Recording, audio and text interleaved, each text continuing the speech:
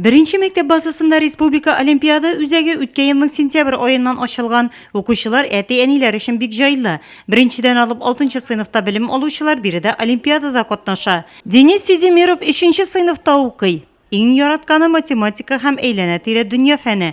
Барлык олимпиадаларда катнаша, монысына да тырышып әзерләнгән. Улына теләктәшлек итәргә әнисе дә килгән. Я постоянно участвую. Мин олимпиадада еш катнашам, билимне ныгытам, яңа темаларны үзләштерәм. Новые знания из-за них.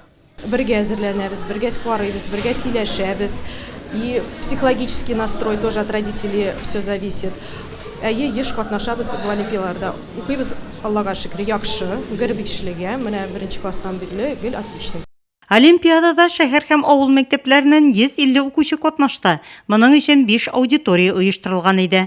Менә монда 13 сорау була, 13 сорауда төрле сораулар бар. Монда бар ребуслар да бар, мәкаләләр дә бар. Аның башын ахырын табырга кирәк. Шуларны барысында эшләп чыгарга балаларга 45 минут вакыт бирелә.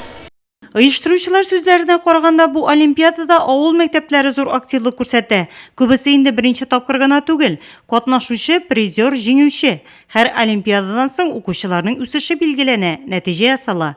В первом полугодии у нас проходили олимпиады. Беренче яртыеллыкта безнең олимпиадалар математикадан изотехнология, әйләнә тирә дөнья фәннәреннән Эверест буларак үтте. Ә икенче яртыеллыкта эрудит буларак үткәрелә. Ул кабаттан уздырыла, әмма биремнәре инде катлаулырак. Более усложненные. Быел олимпиада беренче тапкыр физкультура фәненнән дә үткәреләчәк.